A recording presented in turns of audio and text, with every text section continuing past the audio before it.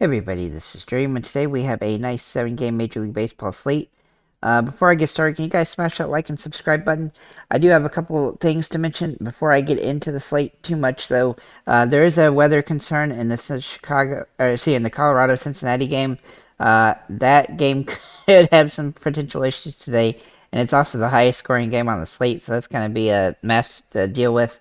And also, I wanted to note that on DraftKings, you can enter these one penny lineup options here, and you can do 150 entries. I definitely recommend utilizing these today and through this week. I think this week they're going to have these, as you're going to be able to use these to kind of look at different strategies and try different things for just dirt cheap. It's also good for the rewards that you have on DraftKings for Major League Baseball. As you can complete a bunch of these types of things, you can definitely extend your home runs and your pitchers, strikeouts, and stuff like that with these things. I would just try a lot of different combinations and try to do things like that. So just something to consider today and probably the rest of this week. I'm not sure how many days they're going to be running them. But that is something in play today, and that just really helps you like hone some of your strategies for baseball, and then try some new things and see how they go. So I'd highly recommend utilizing those, and because they're dirt cheap, and so you can make a lot of lineups. I'm going to be making a lot of lineups today as a result, as well, just to try some new things and try different ideas. With that said, I am going to get our pitchers now.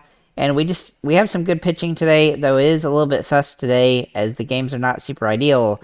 But my P1 option is Corbin Burnes. A contrarian option is Merrill Kelly. Both of them actually face each other, and you could even run some lineups with both these guys together. As this does seem like one of the lower scoring teams, though Kelly is a little bit riskier than Burnes is. Then another P1 or P2 option is James Paxton, where he draws some really good metrics for this game. He's had a lot of good games this season, though he isn't in the best matchup ever, and I do like some Minnesota bats today. Moving into the P2 options, I think Pablo Lopez is the best contrarian P2 option off of Paxton, as he draws some decent metrics for this game. However, this is a tough matchup against Boston, and then Scherzer and Waka are both kind of P2 Hail Mary because they have some nice upside, but they're facing tough opponents and have some risk associated. A lot of the cheaper pitchers are very suspect today, as they have very bad matchups and stuff like that. And I just didn't see anybody that really jumped off the page to me as a top tier, as a good option in any capacity. Moving into our core plays here, I do have De La Cruz, McLean, and Steer. I am going to point out that De La Cruz and McLean are both here because they are going to be super chalky today. However, Steer is a guy that I would use whether he's chalky or not, and so I would put that. I just wanted to make that caveat. Not only that, but this game could potentially not play, and if that was the case, I would look at Chicago White Sox or Chicago Cubs, or even some Pittsburgh players as the chalkier plays for this slate. So let's go ahead and get into the players, though. We'll start with our catchers here. And Tyler Stevenson's going to be my top option today, as he has really good metrics for this game here in Cincinnati against Colorado. The weather as well as his metrics just scream really good opportunity here. I like his home run potential as well, and he's a good option. A good contrarian option or a weather option is going to be Yasmani Grandal.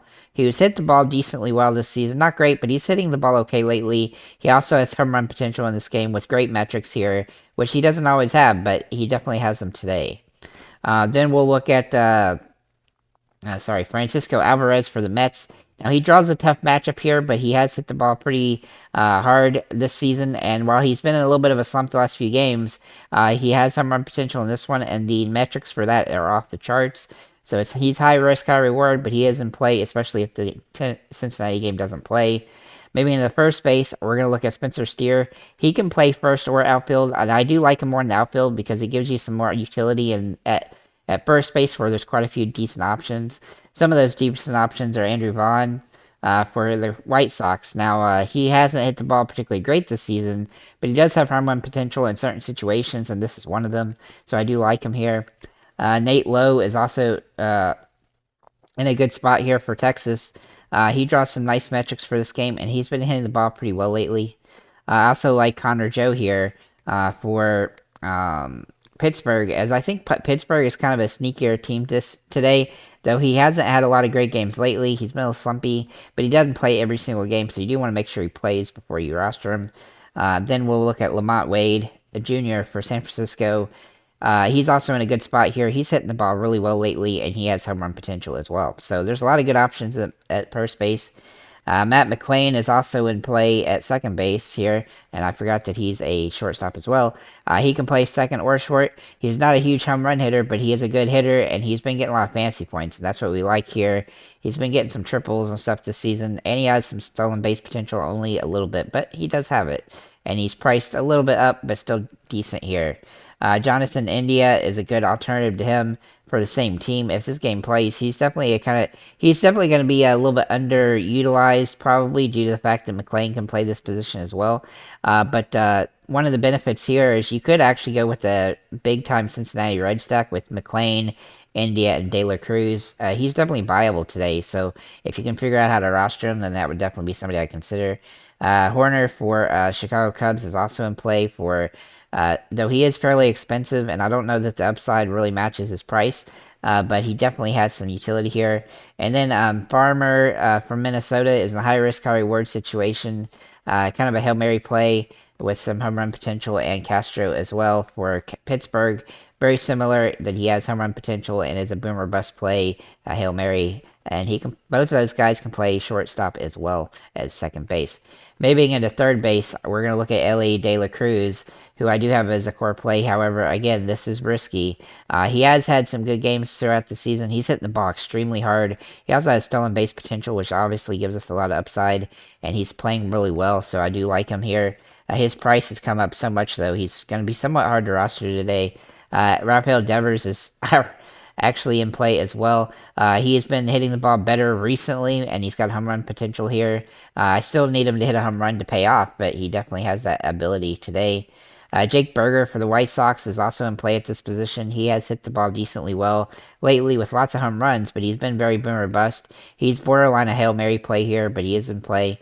Hayes for Pittsburgh is also in play. I like his upside today. He draws good metrics, and while he's not a huge home run guy, he definitely has some potential here. And then we'll look at Kevin Newman as a Hail Mary play at this position for Cincinnati. If you just need to save money, he's some way to do it. Not a home run hitter, but he can get on base and steal some bases and stuff like that. So he's definitely got some potential today. Then we'll look at shortstop, and Elly De La Cruz and Matt McLain can both play here as well. Corey Seager is a guy that I really like today, though he's extremely expensive and hard to roster. If the Cincinnati game gets called, he's definitely a great option as a contrarian off of Elly De La Cruz or Matt McLain, for that matter. He has some really good metrics and has nice potential. He's hitting the ball extremely well. Carlos Correa is a cheaper option here, as he's hitting really not that great this season, but he is starting to turn it around. It feels like, as he's improved lately, and as long as he continues to hit the ball better, he's definitely going to be in play, though he's still fairly expensive. And then Kyle Farmer and Rodolfo Castro can play at this position as well, as I mentioned, as Hail Mary plays. Moving to outfielders, we're going to start with Tatis Jr. For San Diego. He is a top-tier play. He has hit the ball really well. He's been consistent, and I like his metrics for this matchup. Luis Robert is also in play. I thought about making him a core play. He's just got really good home run potential, and he's hitting the ball decently well. Not great, but decently well enough to be viable today. Even if he doesn't hit a home run, he's got some viability, though he is somewhat expensive here. Spencer Steer is a top-tier option. He can also play first base, as well as I mentioned already. He's hitting the ball really well, and he's probably my favorite overall play just because of the potential and his price being pretty fair for that potential. Byron Buxton is in play from Miami, though he is a little bit of a high-risk, high-reward situation. Almost a Hail Mary top play because he's super expensive and he needs a home run to pay off, but he hasn't been doing much else. Then we'll look at Juan Soto, who has some potential here. He's hitting the ball pretty well. I do like Tatis better than Soto today, but I do think both of them have good upside and home run potential. Then we'll look at some value plays in the outfield. We'll look at Gruchek for Colorado. If he plays, then he's in play, as he's hitting the ball better lately, though he still feels a little bit risky here. But he's cheap enough that he's viable as a hitter. Eloy Jimenez is a great play, I think, today, as he has nice home run potential here. The metrics are really good, and he's been improving his hitting recently, and so I really like his upside here. Andrew McCutchen is a guy I really like for Pittsburgh. If you go with the Pittsburgh stack, he's definitely somebody I would probably lock in there, as he has nice home run potential here. Then we'll look at Sia Suzuki for the Cubs. Now, he's been inconsistent throughout the season, and he's been inconsistent, having little spurts of good games, but he's in a pretty good spot here. I like his upside, and he draws some potential. And then Ian Happ for Chicago also hasn't hit the home runs this season that we expected, but he is hitting the ball okay, and in certain situations the metrics really align, and this is one of those, though he's not a must-play by any stretch of imagination. And then, last but not least, Ezekiel Duran for Texas. He's just a very cheap Hail Mary play here. He's had some really good games recently, and he's got some home run potential in this matchup. I like his upside, and he's definitely somebody to consider. Thank you guys for liking, commenting, subscribing. If you have any comments or questions, feel free to leave them below, and have a nice day, guys.